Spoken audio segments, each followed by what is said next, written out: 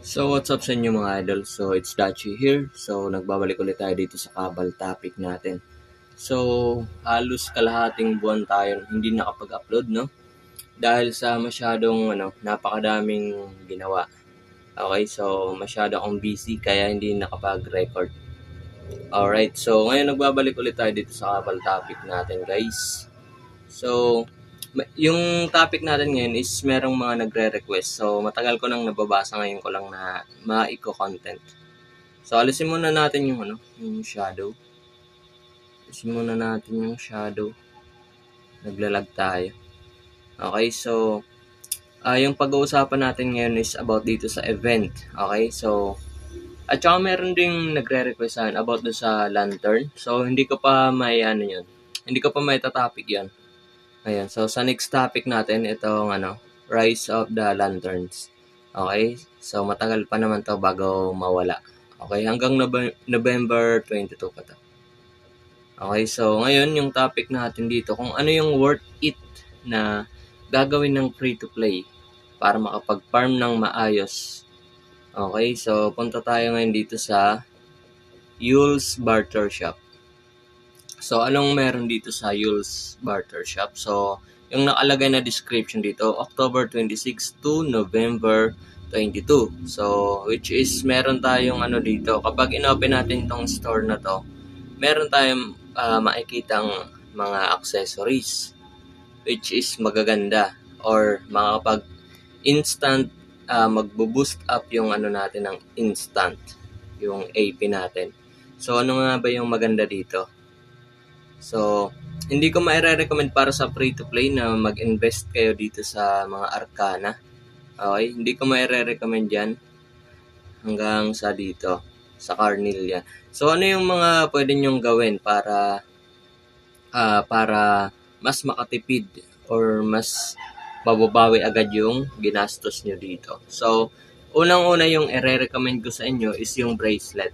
So, meron tayong option dito, dalawang bracelet. Yung isa guys is CDI, which is critical damage. Yung isa naman is ASA, all skill amp. Okay? Ayan. So, ano yung... Wait lang, meron nag-text. Okay. So, ano nga ba yung mas recommended para sa mga karakter nyo? Or kung para saan nyo gagamitin? Kasi, kadalasan naman hindi naman natin ginagamit sa mga pang piki-piki lang. So, sa mga patayan lang. So, ginagamit natin sa pagpa-farm. Siyempre, para makabawi tayo. So, sa dalawa yung mas recommended ko? Yung ASA or yung CDI? So, para saan yung CDI? Kasi, more on critical tayo pagdating sa dungeon. Okay? So, kumbaga, mas mataas yung, yung bawas sa mobs. Compare natin sa ASA. So, effective yung ASA na mataas yung ASA mo dun sa mga pang-war, M-war. So, pwede yun. Pero sa ngayon, maglalagay muna kayo ng CDI sa bracelet nyo. So, yung kukunin nyo dito, ayan, yung kukunin yung ganito is dalawa. Okay, dalawa. So, take note lang guys, one day yan yung ownership. Okay, kahit suotin mo man o sa hindi mo suotin, magka-countdown na yung time mo. Kaya, suotin mo na pagkabili mo is gamitin mo na. Kasi yung iba, parang nire-reserve nila. So, halimbawa, bibili ako ng ganito tapos, re-reserve ko para bukas. So, hindi, walang ganon. So, kapag nabili mo na siya is, automatic magka-countdown na yung duration niya. Okay, so, dalawang ganito guys, yung CDI na Sheena bracelet. So, ano pa yung susunod natin? Okay, so bago pala tayo pumunta do sa ibang item. So, basahin muna natin yung requirements, guys. Yung price niya is upgrade core set highest. Ibig sabihin, upgrade core set highest times 50. Okay, punta lang kayo sa auction. Punta tayo dito tapos upgrade core dito sa upgrade items, tapos hanapin nyo dito yung upgrade core set. And upgrade core set. Okay, score pala yun. Upgrade core set. Ayan. Highest. So, dito guys, upgrade core set natin, di ba, times 50 yung kailangan natin. So, Mahal ngayon yung mga Breaker Highest dahil nga dito sa event na to. So, eto guys, halos 25M yung 50 pieces. Okay? So, halos 54 na yan, no? So, sabihin natin kapag 50 pieces, nasa 24M. Kayang-kaya naman ng free-to-play yan. Kasi kapag nakapag-invest kayo dito, guys, so sabihin natin sa 100M mo, or sabihin natin 150M, nasa 150M yung ALS mo, mag-invest ka doon ng mga accessories, mababawi mo yung promise sa isang araw. Pero, dapat consistent yung paglalaro nyo. Okay, so dito ulitin natin guys. Dalawang bracelet na CDI. So, ano yung susunod natin gagawin? So, yung susunod natin is yung rings. Kasi yun yung mag-boost up ng AP natin. Okay? So, yung rings. So, take note lang guys na isa lang yung bibilhin nyo na ganito. Kasi, yung max critical rate sa rings natin guys is 32 lang. Okay? 32 ba? Tama ba ako? Nakalimutan ko. Wait lang, check natin. Dito. Ayun, 32 nga. 32. Okay, so yung max natin na critical rate is 32. So, isa lang yung kukunin yung ganito kasi yung ibang nyo is kukunin nyo dito sa ibang rings nyo. Sa ibang rings. So, sabihin natin, Tempos ring.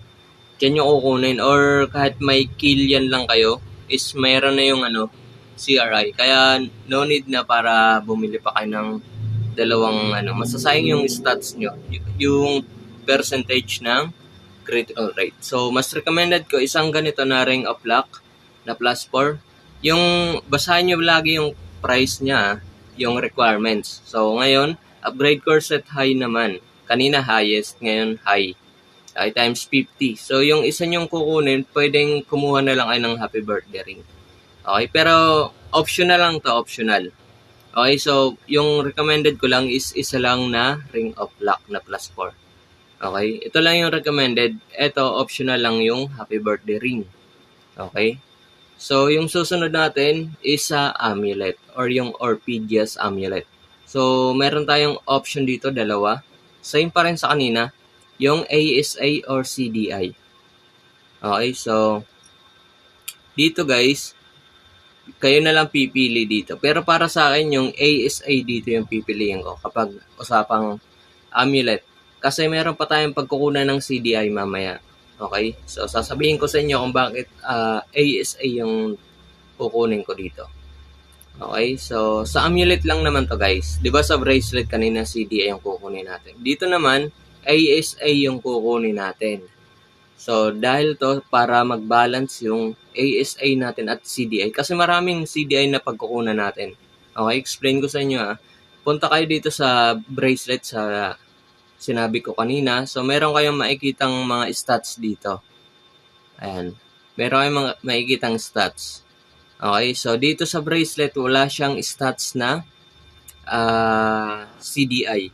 Okay, so basahin nyo dito chaos upgrade. So, wala kayong mababasang dyan. CDI. Resistance lang yan. Resist critical damage. Kaya mas recommended ko dito yung CDI sa bracelet. Pagdating naman sa amulet guys, kung titignan nyo dito yung ano ba tawag dito? Yung stats niya, yung chaos upgrade niya is meron tayong makikitang critical damage na 24%. Okay, 24% yan Nababasa nyo ba yan? 24%. Kaya mas recommended ko sa amulet na ASA yung kukunin natin kasi meron naman tayong makukuhang CDI sa chaos upgrade ko. So, kumbaga, magbabalance yung stats nyo. Okay, so, pagkatapos naman natin dito sa amulet, yung susunod yung bibilhin dito guys is yung earrings. Okay, ayan, earrings. Dito tayo kukuha. Ayan, kasi isa lang naman yung choices dito guys.